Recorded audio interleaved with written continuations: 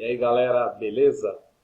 Esse vídeo que eu vou gravar hoje é um vídeo, espero que rápido, sobre um tema que já está, né, no Brasil pelo menos pegando fogo, e teve muitas editoras que começaram a publicar livro nesse sentido, né, de educação.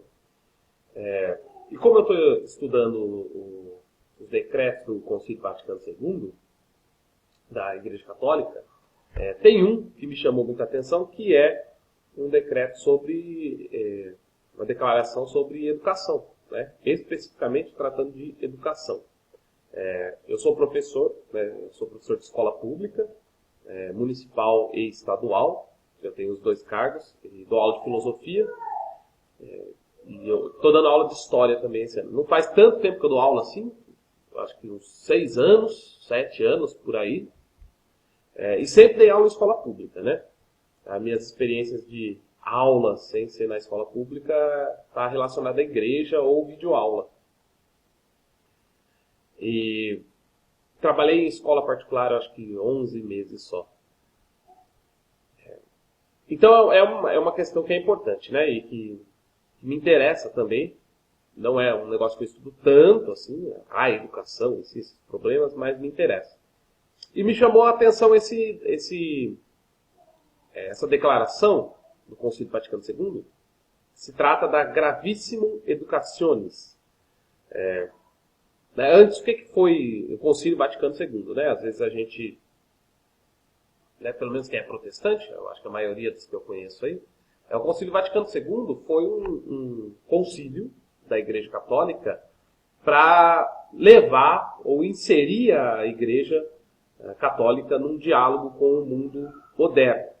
Só que, por que eu acho importante esse concílio? Eu acho que todo protestante deveria achar importante e pelo menos estudar um pouco sobre ele. Porque ele tem uma abertura e um estímulo de diálogo, né, e até de união para com outras tradições cristãs, inclusive os protestantes. E isso está lá especialmente na Unitatis Redintegratio, que é uma outra declaração. E, por exemplo, né, o que é muito chocante assim, é o tratamento cordial com os protestantes. Obviamente, eles acreditam que os protestantes ainda possuem alguns erros, mas a forma de falar é diferente. Nos chamam de irmãos separados, por exemplo. Acreditam na validade do batismo protestante, quando ele é feito, né, em nome da Trindade, né? O batismo trinitário, isso nos une e fala de várias coisas em comum, assim, como a reverência às Sagradas Escrituras e tudo mais. Então, o Concílio Vaticano II ele é um concílio que não dá para pensar, sei lá, teologia hoje, por exemplo, ignorando isso daí, né? Essa aproximação ecumênica entre cristãos e protestantes. Qualquer pessoa envolvida um pouco mais com teologia sabe que não dá para tratar de vários temas teológicos sem fazer esse tipo de diálogo. Né, o Ratzinger, né, o Papa Bento XVI, ex-Papa Bento XVI, ele, não sei se fala assim, ex-Papa, né? Ele, no livro Jesus de Nazaré, ele, para reforçar a visão dele contra visões mais liberais, ele traz um teólogo protestante ao lado dele, né? Cita. Então, dentro desse mundo acadêmico, assim, você sabe que rola diálogo, não tem como ignorar produções do outro lado. E o Vaticano II é uma dessas coisas. E as declarações do Vaticano II é uma dessas coisas que não dá para ignorar, como se ele insistisse. Então, dá para aprender muita coisa com o concílio. Por quê, né? Primeiro porque é um colegiado, então são vários bispos, vários estudiosos, e como é dentro de uma igreja, de uma instituição que está, pelo menos, né, razoavelmente unida, há uma diretriz para algumas coisas. E eles são cristãos, estão imbuídos numa visão cristã de mundo, diferente em muitas coisas do protestantismo, mas que ensina muita coisa para os protestantes. E essa declaração, a Gravissimo Educationis, ela tem coisas preciosas assim para os protestantes, porque normalmente a gente recorre a teorias ou meio alheias até cristã, sobre pedagogia, sobre educação, qualquer coisa, ou já muito carregadas ideologicamente de uma visão particular de algum país, de alguma coisa, sobre educação também, né? Então, uma educação pensada mais aos moldes norte-americanos e que a gente tenta batizar de cristã, né, e protestante, do que uma coisa propriamente cristã. Então, esse Gravitium Educationis, ele ajuda nesse sentido aí. Sobre o que essa declaração vai falar, né? Então, ela é uma declaração sobre a importância da educação na vida e a influência que a educação vai ter para o progresso social, né? A relação das pessoas com a sociedade e o progresso que a sociedade vai ter, dependendo do tipo de educação que alguém recebe. O que houve, e que eles colocam, é que ocorreu uma crescente conscientização da responsabilidade e da importância da atividade das pessoas na sociedade. E que o desenvolvimento da tecnologia, da mídia, etc., vão dar oportunidades de acesso maior à instrução. Então, hoje você consegue saber coisas que às vezes você demoraria anos para saber, ou para achar em algum livro, você na internet facilmente acha. Então, acaba que o desenvolvimento ajudou a gente a se instruir, né? Se você usar para instrução. E aí, da onde eles partem? De que a igreja, como mãe, né, e como aquela que anuncia a salvação e a restauração de tudo em Cristo, deve cuidar de toda a vida do ser humano. Não no sentido que a igreja deve dominar toda a vida, né? Não é isso. É que todas as esferas da vida, tudo que acontece com o ser humano, a integralidade dele, mesmo aquilo que é terreno e se relaciona com a vocação celeste, que é o caso da educação, a igreja deve se atentar a essas questões. Então a igreja não pode, ficar presa dentro do seu templo lá e se alienar de todas as questões que estão acontecendo, especialmente a da educação.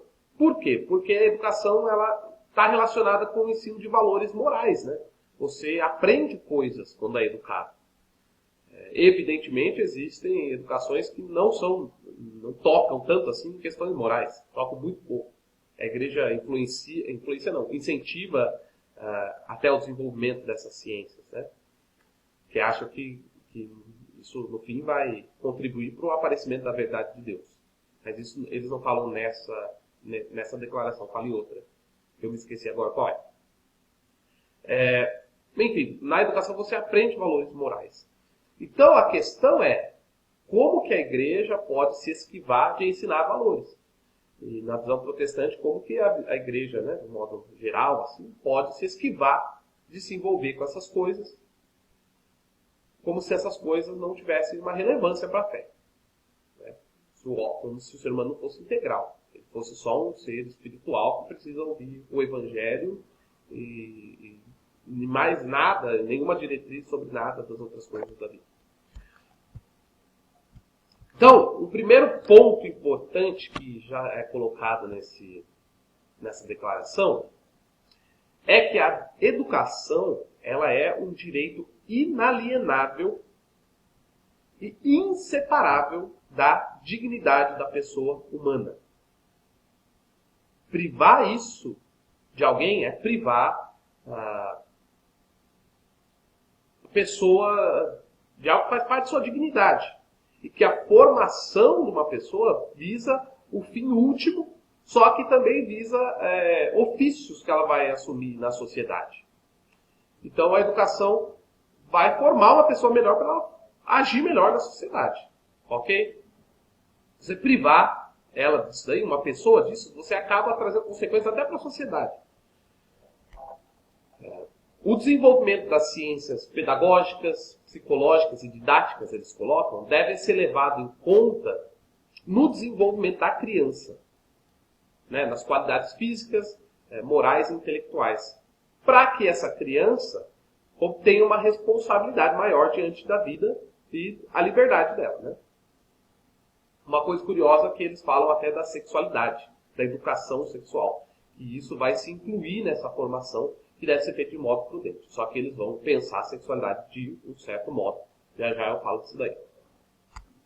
Resolveu aparecer por aqui. Então o concílio, pensando no cultivo de valores morais e do amor a Deus nos jovens, vai insistir para que tanto os orientadores educacionais quanto os governantes nunca permitam que os jovens sejam privados do direito à educação.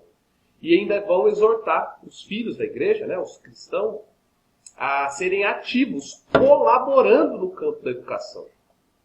O cristão ele precisa se formar professor, ele precisa estudar licenciatura, entrar na sala de aula, para transmitir questões ali para os alunos também, né?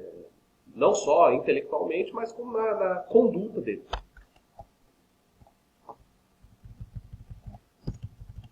Bom, então, sobre a educação cristã. O que o Concílio coloca é que todos os cristãos devem ter direito à educação cristã. Porque a educação cristã vai instruir alguém na adoração, na ação litúrgica, na justiça, na santidade e na verdade. Depois eu vou falar como se dá essa educação cristã. Travou aqui, porque o senhor Enoque está no meu colo batendo em tudo, né, Enoque? E travou, peraí. Ok, sobre os educadores... Deixa eu puxar aqui a web para cá. O concílio, a declaração, vai colocar que são 3 os educadores. Aqueles que formam alguém, né? Os pais, a sociedade e a igreja. Sobre os pais são vistos e colocados como os principais e os primeiros educadores. Isso não é uma responsabilidade transferível. Inclusive é destacado que se isso faltar, a educação dos pais, dificilmente... O que você quer, cara? Dificilmente vai poder ser suprida. Né? Agora a mãe acordou aqui. Você vê, por exemplo, consequências sociais e dados que você consegue levantar, até sobre criminalidade, e como está relacionado à desestruturação familiar. Ou seja, se alguém não recebe educação dos pais e formação dos valores em casa, existirão consequências na vida dessa pessoa e existirão consequências na sociedade através da vida dessa pessoa. É uma possibilidade, né? Então, o ambiente de amor e de piedade com Deus e os homens, na esfera familiar, vai ser a escola das virtudes sociais. O que, especialmente, os pais devem ensinar? Primeiro, conhecer e adorar a Deus. E segundo, amar ao próximo. Só que os pais eles vão precisar de ajuda para fazer essas coisas. E aí entra o papel da sociedade. Em parte, então, a sociedade vai educar também. O que compete à ordenação civil, o bem comum temporal, a sociedade que vai assumir responsabilidade. Como? É importante saber como a sociedade vai fazer isso. A sociedade civil, eles falam, né? Em primeiro lugar, defendendo o dever e o direito dos pais colaborarem na educação e auxiliá-los. Ou seja, a sociedade não assume uma parte da educação tirando os pais da sua responsabilidade. Pelo contrário, assume uma parte da educação chamando os pais. Fala, vocês são responsáveis por isso também. Segundo, complementar, né, o termo que eles usam na declaração é ultimar, né, conforme a subsidiariedade. Ou seja, aquilo que não é possível à família, que é a esfera mais para baixo, a de cima vai fazer. Então, a sociedade vai complementar a obra da educação caso a família falhe em algum ponto. Contudo, respeitando os desejos dos pais. É o caso até de alfabetizar. Né? O pai não sabe alfabetizar. Eu ainda não sei como alfabetizar o meu filho. Então, eu vou precisar de uma escola para isso. Né? Ou de algum grupo, pelo menos, que faça isso. Então, eles complementam aquilo que me falta. E fundar escolas e instituições próprias, à medida que o bem comum exigir. Então, a sociedade deve oferecer escolas conforme o desejo de uma sociedade, a necessidade que vai surgindo aí, né? E as pessoas precisarem de educação, precisarem estudar. Bom, falei que seriam, então, os 3 educadores, né? Pais, que aparecem lá. Pais, igreja e sociedade. Falei dos pais e sociedade. A igreja. O que eles falam no decreto? Que a partir do Espírito de Cristo, a igreja vai proclamar a verdade da salvação e a plenitude nessa vida e colabora na promoção da perfeição integral da pessoa humana, no bem da sociedade e na construção de um mundo mais humanitário. Em parte, a igreja vai fazer isso por meio da catequese. O que foi, cara? Na catequese, né, a igreja vai instruir as coisas da fé. O que vale para os protestantes, né? A instrução e os protestantes ensinarem os pais, inclusive, a catequizar seus filhos, a fazer uso de catecismo, de ensino dentro de casa. Em outra parte, a igreja faz isso pelas escolas. Vai ser chamada a atenção para a importância da escola e essa parceria entre a família, educadores, professores e o desenvolvimento cultural, cívico, que não pode ser ignorado, vem por meio da educação. Okay? Tem que traçar tem que entrelaçar essa relação de família, escola, tudo mais. Né? A escola não pode ser vista como um depósito. Eu, como professor, vejo muitos alunos, filhos de evangélicos, que são colocados na escola pública, mas a escola é vista como um depósito mesmo, né? Você vai lá e joga o aluno lá, porque se tem ou que trabalhar, mas... e você nota que tem pais que exigem até que a educação moral seja feita pelos professores de uma escola pública. Né? Uma escola pública que é mais laica, ela não tem que assumir tanto assim a formação de valores. Isso pode dar vários conflitos, né? Pelo menos na minha visão, não sei se todos os professores pensam assim, acho que não, mas eu acredito que ela não é a principal instrutora nos valores. Assim. Só que o pai joga lá, deixa lá, de evangélicos, né? Porque eles acham que, sei lá, né? Os professores são outros pais, não são. Os pais têm que estar relacionados. Existem propostas dentro da escola pública de trazer a família para a escola. É um desafio muito grande. Muito grande. Bom, sobre os direitos dos pais, o que a declaração vai falar? E isso é muito importante. Esse ponto aqui é bem importante e bem polêmico. Tá? O primeiro deles, a liberdade de um pai escolher a escola. O poder público, na visão do Vaticano II, deve proteger e defender esses direitos de escolha e conceder subsídios públicos para os pais exercerem essa liberdade.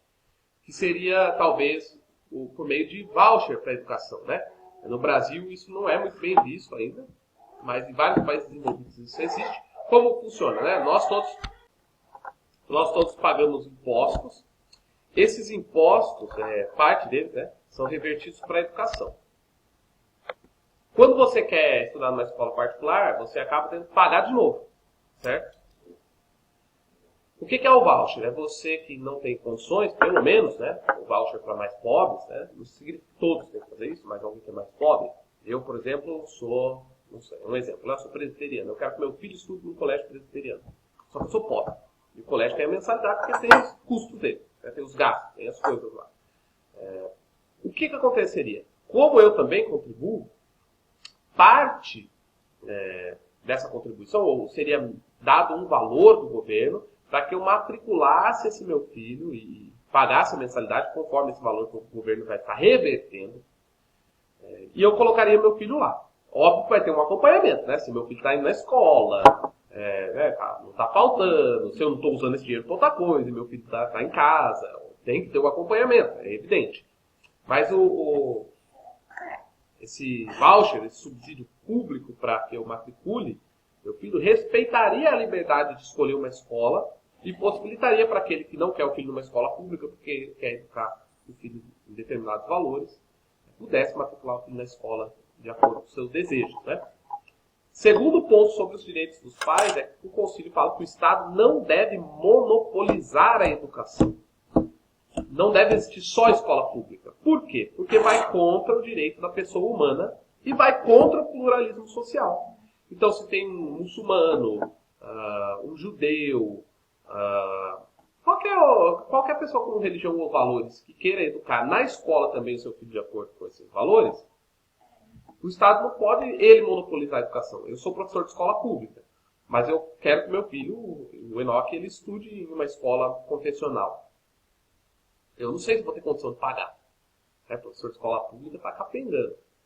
O voucher de educação seria uma opção. E se o Estado monopoliza e só oferece escola pública, desrespeitaria, né, o direito da pessoa escolher. Uma questão que alguns podem colocar mas isso daí não acabaria com a escola pública? É uma questão legítima, né? Isso não diminuiria? Depende, né? Porque ao mesmo tempo aumentariam as escolas confessionais. Porque existiria uma procura maior por parte dos pais e abririam vagas para nossos professores. Então, eu estou na escola pública agora. Se eu fosse fechando sala por causa disso, eu sei que estariam abrindo sala em outros lugares. Então, não é uma questão necessariamente que vai acabar com a escola pública. Talvez até ajudasse em alguns pontos a melhorar a escola pública, porque haveria redução e podiam mexer na legislação para ter redução de alunos na sala de aula, que é uma coisa que batalham há 50 anos, mas o governo não dá, nota a sala de 50 alunos lá e espera que todo mundo tire 10 e o professor consiga educar todo mundo, que é impossível. E terceiro ponto, do direito dos pais, que a escola confessional pode educar os filhos de acordo com os valores religiosos que os pais têm. Eu já falei isso, né? Então, o concílio louva essa encíclica, né? Gravíssimo Educationis, louva as autoridades que levam em conta esse pluralismo na sociedade. Quando a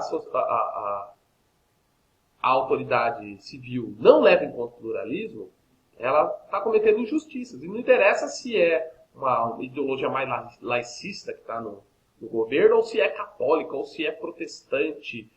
Se ele não permite uma pluralidade na sociedade e quer oprimir minorias ou grupos que creem diferente, ele é um governo injusto, né? É um governo autoritário. Bom, dentro das escolas confessionais, né, eles não usam o termo confessionais, eles vão dar algumas orientações para a escola católica em especial, né? Ensino católico. Nisso, por exemplo, aparece lá o ensino do papel de gênero, né? Que hoje é chamado papel de gênero, ou dos gêneros, né? E o que eles acreditam aqui? Né? Que a escola cristã, católica, deve ensinar que existem diferenças entre os sexos e a finalidade de cada sexo na família, conforme atribuído pela providência divina. Como pode surgir a questão, mas isso não sustentaria alguns preconceitos, alguns estereótipos ou algum tipo de exclusão e agressão contra grupos minoritários, LGBT, que inclusive faz parte da luta, né, de pessoas que defendem uma escola sem homofobia. Se está numa escola privada que ensina isso, não pioraria o preconceito na sociedade? Depende. Se for só isso, talvez, mas vocês viram desde o começo que tem uma orientação de toda a educação cristã contribuir para uma sociedade harmoniosa e de amor ao próximo. Então você não separa as duas coisas. Você ensina alguma coisa na escola confessional, mas você ensina o amor também à pessoa que não confessa aquilo que você confessa. Isso eu que estou fazendo uma dedução da encíclica, não sou católico, não sei se eu posso fazer isso, mas já fiz. E vai estimular os pais católicos a apoiarem e colocarem os filhos em escolas católicas. Igualmente isso dá para aplicar aos protestantes, apoiar e estimular pais a colocarem protestantes em escolas protestantes. Depois vai falar sobre universidades católicas, né, orientando, se não tiver faculdade de teologia, fundar instituto, cadeira de teologia. Você vê que faculdades católicas, nem na PUC, por exemplo, tem uma disciplina na graduação que você tem que fazer, que é teologia. Não interessa qual curso você faz administração, mas faz teologia lá, 1 ou 2 semestres. Tem algumas outras que faz filosofia, né? E depois tem algumas orientações mais estruturais que não interessam. Então, gente, isso é só para compartilhar um pouco com vocês isso daí que eu estava lendo, estudando. É uma declaração bem importante, bem interessante. Dá para pensar muita coisa, dá para levantar muitas questões a partir disso daí. Mas era só para compartilhar mesmo e até para me ajudar a guardar as coisas aqui, né? Melhor jeito de aprender alguma coisa tentando ensinar e passar. Um abraço para todo mundo aí.